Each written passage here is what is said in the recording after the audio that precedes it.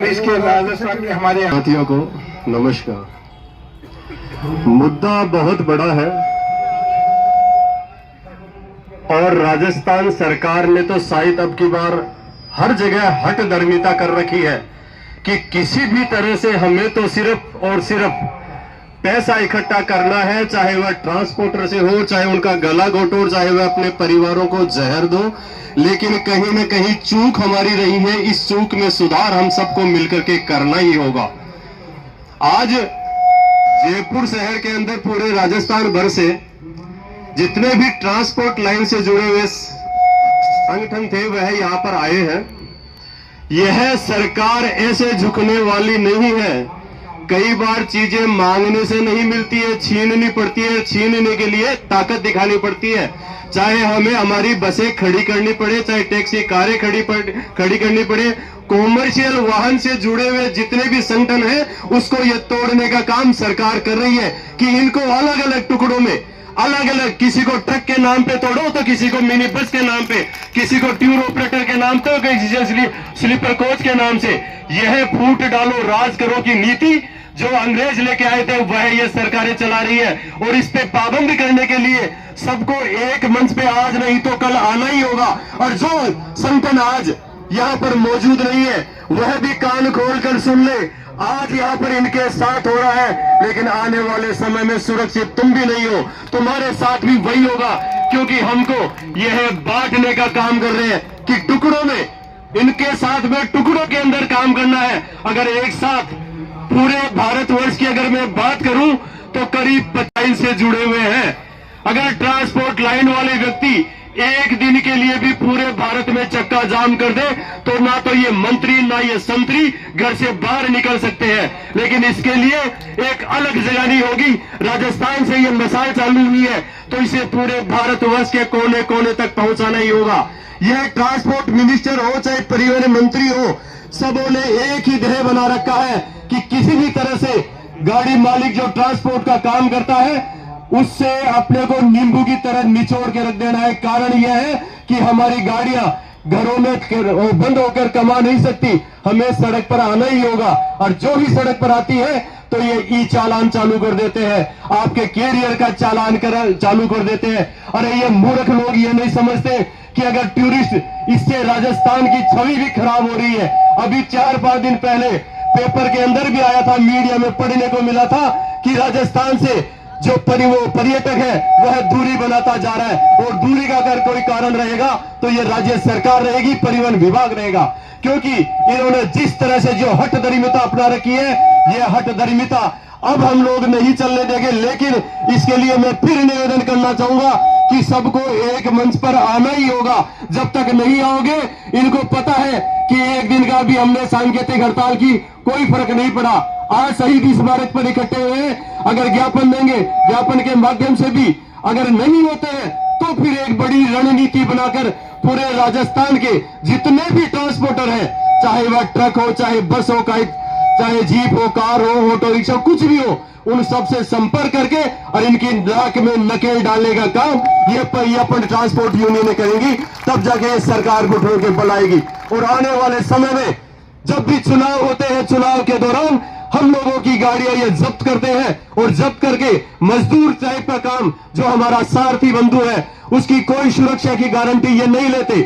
जबकि मैं समय समय पर मांग करते रहते हैं कि अगर उस समय ट्रांसपोर्ट के साथ साथ, हमारी गाड़ी के साथ साथ अगर हमारा जो सारथी बंधु है वह कहीं चुनाव कराने जा रहा होता है और अगर उसके साथ में कोई हादसा हो गया तो उसको भी वही मुआवजा मिलना चाहिए जो एक सरकारी कर्मचारी को मिलना है। क्योंकि उस समय वह सरकारी ड्यूटी कर रहा होता है, ना कि अपने मालिक की तो नौकरी कर रहा होता है।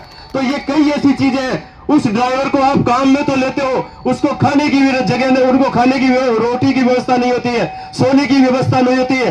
अरे आप तो सरकारी कर्मचारी हो ना, आपको तो टीए सब मिलता है, लेकिन उस गरीब सारथी बंधु का कौन आवाज उठाने वाला है? कोई नहीं। ये सरकारें क्यों नहीं ध्यान देती कि जब भी चुनाव आते हैं उस समय सारथी बंधु ही एक जगह से दूसरी जगह लेके जाता है। कोरोना काल जैसी महामारी में भी आम व्यक्ति जब घर में बैठा था, ये सारथी बंधु जो ड्राइवर है वही घाट से निकालकर आपको एक दूसरे से ले जाते थे, लेकिन इनकी तरफ ध्यान नहीं आ रहा। अब इन्होंने क्या पकड़ा है कि एक बस में आग लगने के कारण से पूरे राजस्थान भर में यह नियम लगा दिया कि किसी भी, चाहे वह टैक्सी कार हो चाहे बस हो, उनके ऊपर कैरियर नहीं रहेगा और यहां तक कि सीढ़ी भी नहीं रहेगी। अरे आप चालान भी कर रहे हो, गाड़ी भी जब्त कर रहे हो, कैरियर को भी काट रहे हो, ये कहां का नियम है? अगर फिर सरकारी तंत्र के अंदर जो भ्रष्टाचार में पकड़ा जाता है कोई व्यक्ति, तो उस विभाग को ये बंद क्यों नहीं करते? जब ये सरकार भी आए दिन घोटालों के रूप में पकड़ी जाती है, तो करो ना अपने विभाग को बंद। अगर कोई व्यक्ति शराब की दुकान पे शराब की बोतल लेता है और अगर वो मारा जाता है उस जहरीली शराब पीने से, कर दो फिर राजस्थान के पूरे ठेकों को बंद। क्यों नहीं कर पाते ये? क्योंकि रेवेन्यू बहुत बड़ा आ रहा है, लेकिन इनको पता है कि कहीं ना कहीं ट्रांसपोर्टरों को जब तक हम लोग अलग नहीं करेंगे, हम लोग एक जगह पर नहीं आएंगे, तब तक ये हमारे को अलग करते रहेंगे। एक जगह आने पर ही जीत हासिल होगी। और आने वाले समय में चुनाव के दौरान आज एक नियम गांठ बांध लो मन में कि जब भी चुनाव आएंगे, अगर हमारी बातें नहीं मानते, हमारी शर्तें नहीं मानते हैं, तो हम हमारा ट्रांसपोर्ट नहीं देंगे।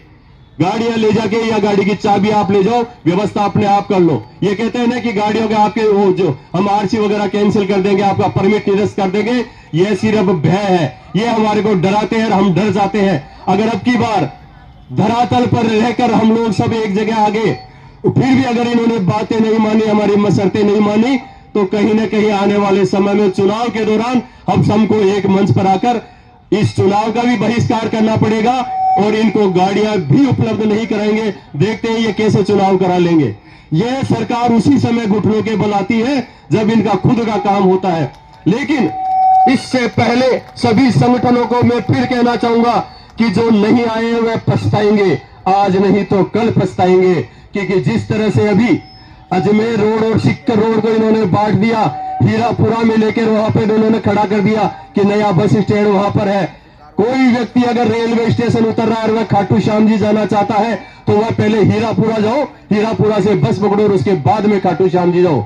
उस जो व्यक्ति आ रहा है, बाहर से टूरिस्ट आ रहा है, उसके ट्रांसपोर्ट भी डबल पड़ रहा है, किराया भी डबल पड़ रहा है और उसका समय भी खर्च हो रहा है। अगर इनको ये व्यवस्था ही करनी थी तो सिक्कर रोड पे करते, सिक्कर वालों के लिए जाने वालों की विद्याधर में, हरमाड़ा में, कहीं पे भी आप बना देते।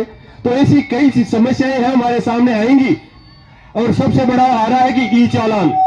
आप कहीं पर भी पानी की बोतल भी लेने के लिए रुक गए और आपका ई चालान हो जाता, आपको पता ही नहीं चलता।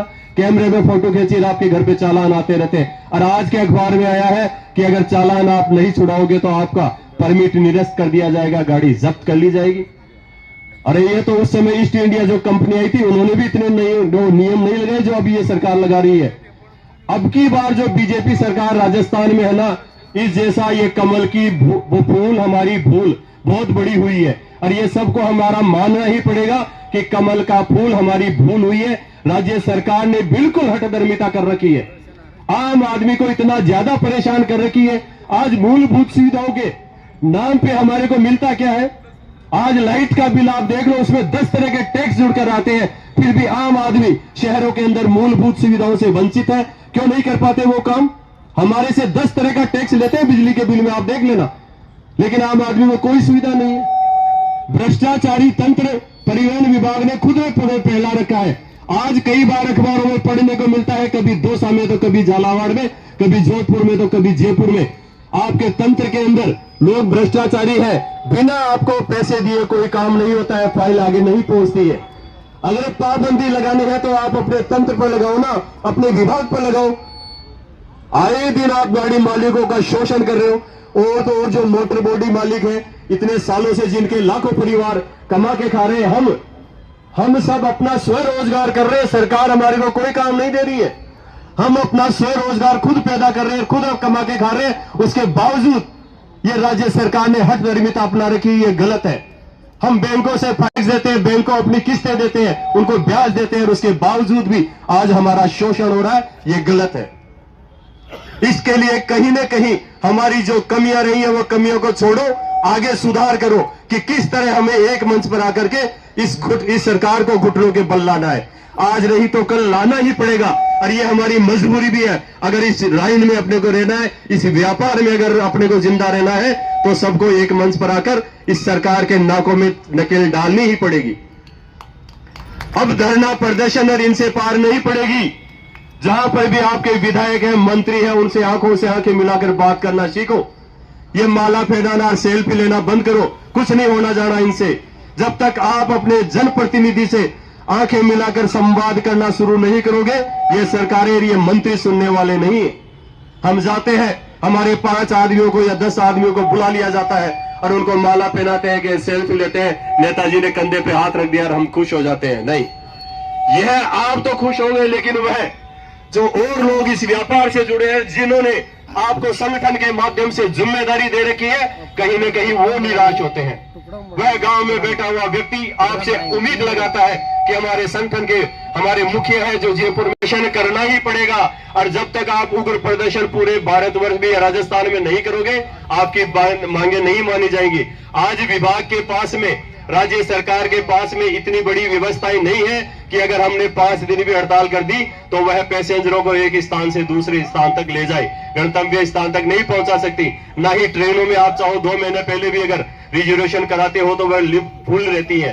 इसलिए हमारा महत्व बहुत जरूरी है, लेकिन हम लोगों को कहीं न कहीं हमारी खुद की ताकत का अंदाजा नहीं है कि हम कितने मजबूत है, कितनी ज्यादा संख्या में है। इसलिए अपनी ताकत को पहचाने, और जितने भी संगठन यहां पर आए हैं उनका मैं दिल की गहराइयों से आभार व्यक्त करता हूं, और जो नहीं आए हैं उनको एक उल्हाना भी आज नहीं तो कल आपको इस मंच पर आना ही पड़ेगा। बहुत बहुत आभार, धन्यवाद।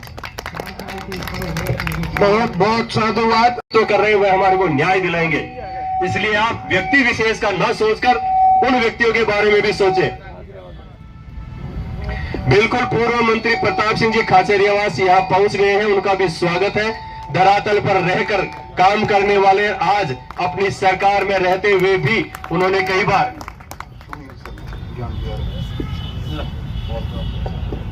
हमारे बीच में श्रीमान सुनील शर्मा जी, कांग्रेस के लीडर, ज्ञान विहार यूनिवर्सिटी के दाता पधार चुके हैं, और विपक्ष के नाते अपनी आवाज सरकार तक ये जरूर पहुंचाएंगे। और हमारे विद्वान साथी, हमारे पूर्व परिवहन मंत्री महोदय श्री प्रताप सिंह जी खाचरियावास जी भी पधार रहे हैं। तो अब हमें आशा है कि 2 साथी हमारे पूर्व के सरकार तक जो विपक्ष में बैठे हैं, आज अपनी आवाज को मजबूती से बस ऑपरेटरों की एवं हमारे मजदूर भाई जो बॉडी बिल्डर वाले हैं, जो बॉडी बनाते हैं, उनकी आवाज को सरकार तक, राज्य सरकार तक, केंद्र सरकार तक पहुंचाने का कार्य अवश्य करेंगे। आप सभी पधारे, इसके लिए मैं आपका सादर अभिवादन करता हूँ। बताया कि पूरे भारतवर्ष में अगर ट्रांसपोर्ट लाइन से जुड़े व्यक्तियों की संख्या 25 करोड़ के लगभग है। मैंने पहले भी कई बार कहा है कि दूसरों की तरफ देखना बंद करो, अपने में से कोई अपने परिवहन मंत्री उनको बनाकर भेजो। आप चाहे बाहर 50,000 व्यक्ति खड़े हैं, लेकिन आपका प्रतिनिधित्व करने वाला व्यक्ति अगर विधानसभा में एक भी बैठा है तो वह बहुत बड़ी बात होती है। इसलिए इस बात पर भी सोचना, विचार करना कि इतनी बड़ी हमारी संख्या होते हुए भी हम लोग क्यों नहीं हमारा प्रतिनिधित्व, नेतृत्व उतार सकते। अपना व्यक्ति उतारो, अपने संगठनों से बातचीत करो, मजबूत करो, लेकिन किसी ऐसे व्यक्ति को उठाओ, ऐसे व्यक्ति को आगे करो जो कि विधानसभा में जाकर या संसद में जाकर टेबल बजाकर कह सके कि नहीं, ये हमारा हक और अधिकार है। यह नहीं कि वह वहां जाते ही बदल जाए। अगर ऐसा व्यक्ति कोई है तो आप उनका राजस्थान के अंदर अभी से ऐसे अपने अपने संगठनों से बात कर अब की बार चुनौती देना शुरू करो, क्योंकि बिना मांगे तो आपको भी पता है कि दूध भी नहीं मिलता है, माँ का भी, वह भी बच्चे को नहीं देती है। तो ये सरकारें रोने से इनसे नहीं देगी, इनको तो आंख दिखानी ही पड़ेगी। और जब तक हम लोग आंख नहीं दिखाएंगे, सड़कों पे नहीं उतरेंगे, हमारे को ये समानता की, एकता, ये बात मत करो कि हम बड़े शांत स्वभाव हो, नहीं।